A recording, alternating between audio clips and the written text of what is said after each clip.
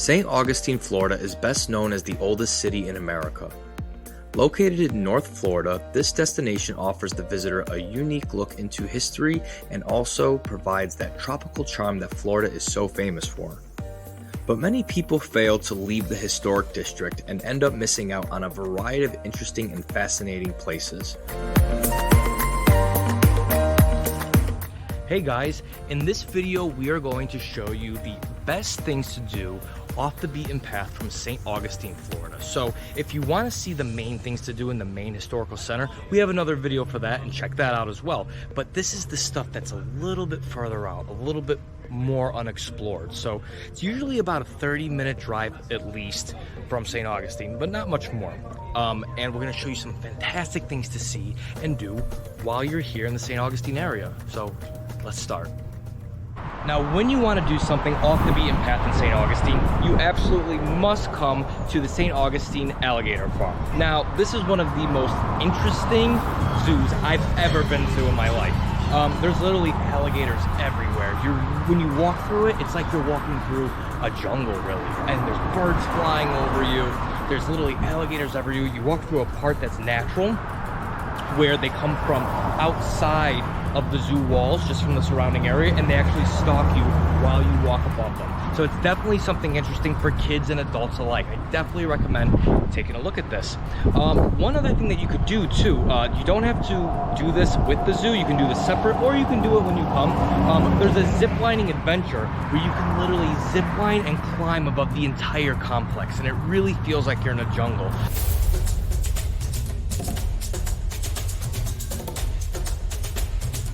St. Augustine Alligator Farm and Zoological Park has been running since 1893 and offers the visitor the ability to get up close and personal with alligators, crocodiles, tropical birds, lemurs, and more from different ecosystems across the earth. Every couple of hours, a zookeeper feeds the alligators, which is definitely a sight to see. Make sure you find out when the feeding time is as soon as you arrive so you can plan accordingly. Marvel at the beauty and fascinating behavior of one of Earth's most ferocious reptiles.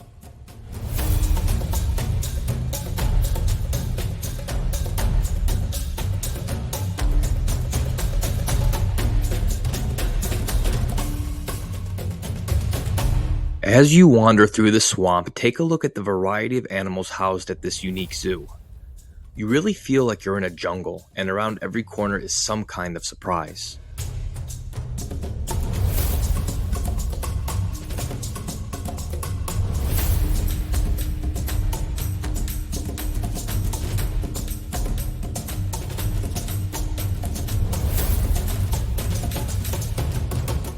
So where I am now is the natural lagoon. So basically it is a natural swamp, and we are caged and up on top, right? And what's creepy about it is the alligators below us are actually stalking us. I mean, I'm not joking.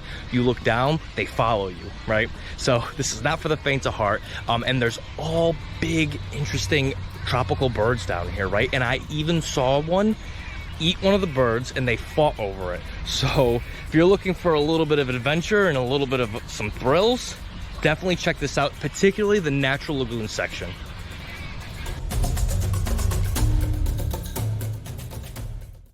Okay, the next thing you have to check out is the oldest house, also known as the Gonzalez-Alvarez house. Now, this is the oldest house in St. Augustine, and it was built in the early 1700s. Now, you can go through it. It's kind of a series of houses. There's like 3 houses, and there's a couple different exhibits in there, and then there's the main house, as well as the grounds. So it's definitely something interesting to see, and this house was under 4 different flags, and you can kind of see how the people lived back then, and go through the grounds and really see how it was. So definitely check that out if you're interested in the history.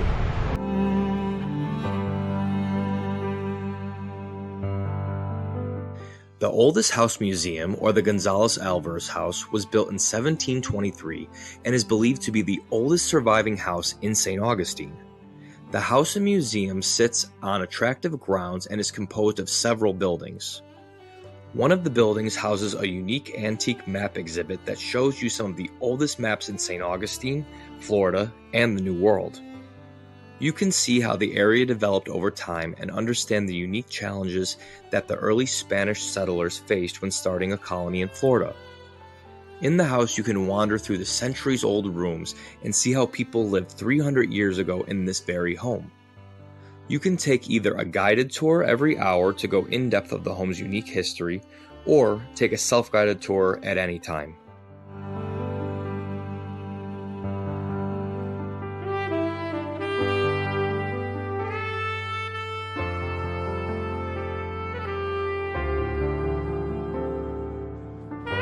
As you wander through the home, you can't help but notice how incredibly intact the home remains. Most of the furnishings are original, and you can see real-life examples of colonial life 300 years ago in Spanish Florida.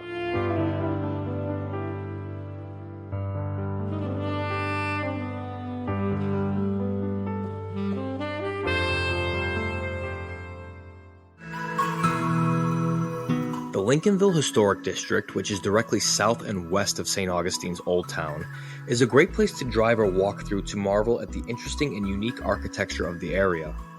The homes are grand, elaborate, eccentric, or all of the above. So one amazing off-the-beaten-path thing to do here in St. Augustine is Fort Matanzas right here. So what Fort Matanzas was basically a watchtower, right? And it served to protect further up St. Augustine. So the city of St. Augustine is about 14 miles to the north. So this is from the 1740s is when it was built. And basically it guarded the bay here, right, from incoming foreign ships. So there was a lot of fighting at the time with British, French, things like that, right? So this was kind of the watchtower to protect further down in St. Augustine. Now, you have to take a ferry to get here because it's on an island. So you take a short, like 5-minute ferry. And the best part is the entire thing is free by the National Park Service. And you actually get a National Park Ranger comes with you, and they give you a full tour and a full history. So it's definitely something worthwhile to see.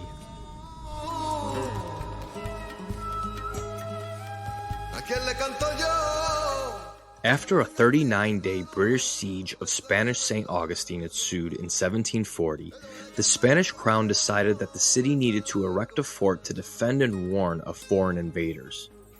In 1742, Fort Matanzas was created to satisfy this purpose.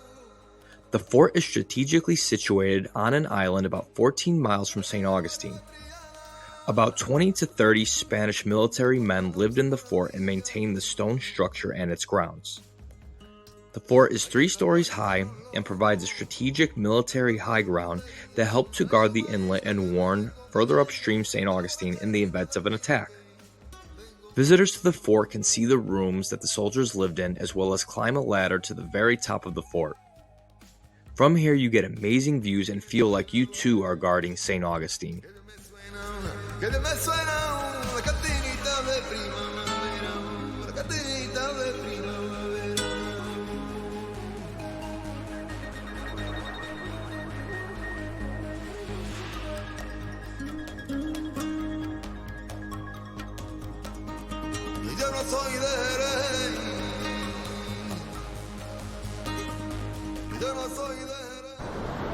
So one thing you're going to want to do when you're here in St. Augustine is go to the beaches. So one of the best things to do off the beaten path in St. Augustine is go to the area beaches. Now there's 3 main ones. There's Anastasia State Park, there's St. Augustine Beach, and then there's Fort Matanzas Beach, right? We're at the latter, Fort Matanzas Beach, right? And it just goes for miles. I mean, you could pick any one if you're choosing, and you have, you know, these beautiful kind of like sugar-like sand, and the water's very warm, and you know, there's a lot of waves, there's surfers, there's wildlife, there's seashells everywhere. It's definitely something you gotta check out. Make a day of it. When most people think of Florida beaches, they imagine the beaches of Western Florida on the Gulf side, or the glistening coast near Miami and Fort Lauderdale. The beaches near St. Augustine are beautiful and are almost as amazing. The water stays a comfortable temperature and the beachfront is wide and sprawling. I found the beaches to be extremely uncrowded, comfortable, and dog and surfer friendly.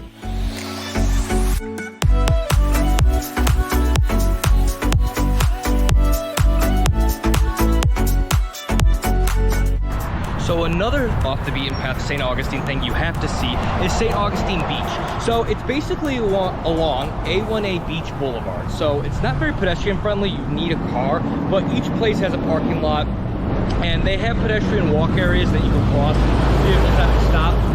But what's cool about it is it's a real beachy town, right? So there's a beautiful pier, and then there's tons of restaurants and bars and a lot of places for you to get beach equipment. So it's definitely something to see. And if you want to make a whole beach day out of it, you go to the beach here at St. Augustine Beach, then you can have dinner or lunch here. So definitely check that out when you're here.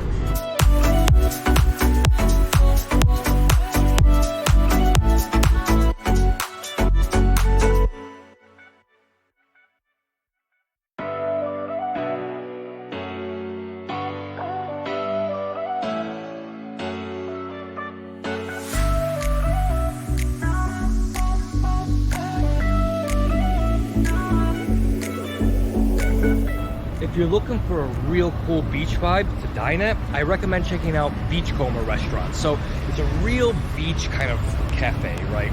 Well, more than a cafe. It has lunch and dinner. And it overlooks the water, and it's right on the beach, and it has a real beach vibe. So it's right off of A1A Beach Boulevard. It's maybe like 2 blocks in.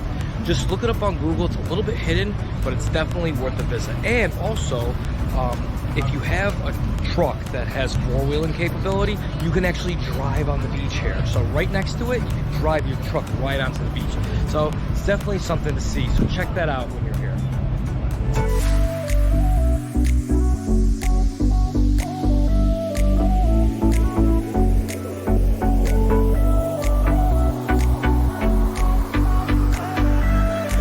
I had the gator tail nuggets, and I suggest you try them too.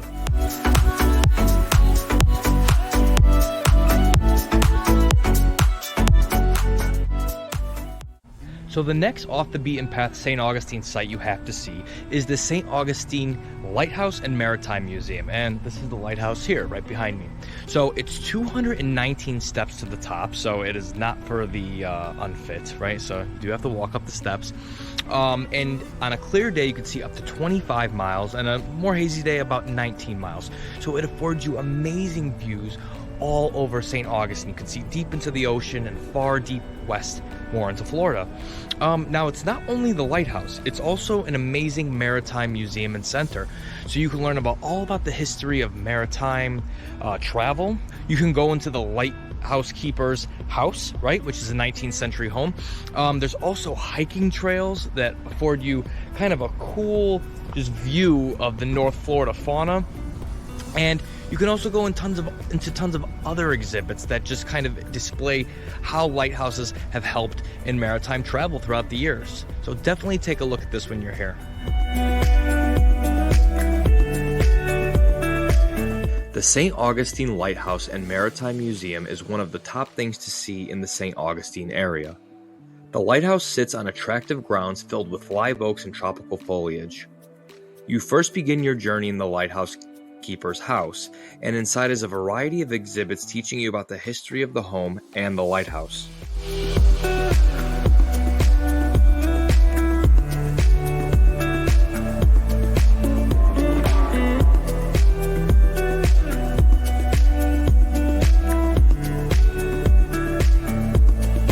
The Maritime Museum teaches you all about maritime history in the area and has an impressive model boat section.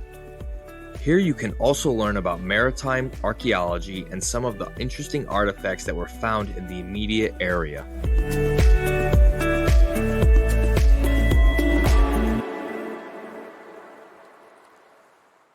Make sure you browse the grounds for a short hike through some of North Florida's attractive foliage.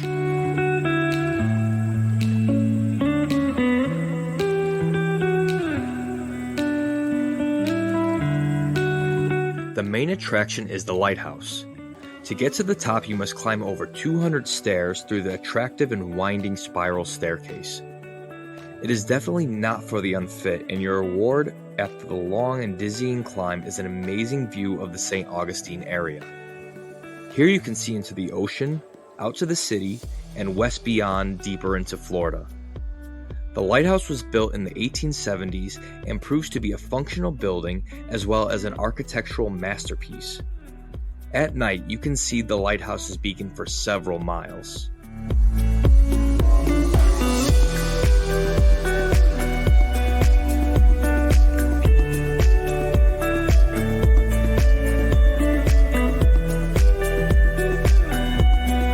Okay guys, that was our tour of the best off the beaten path things to do and see here in St. Augustine. I had a wonderful time showing it. As you can see, there are tons of things to do in the area, and it really is something to see.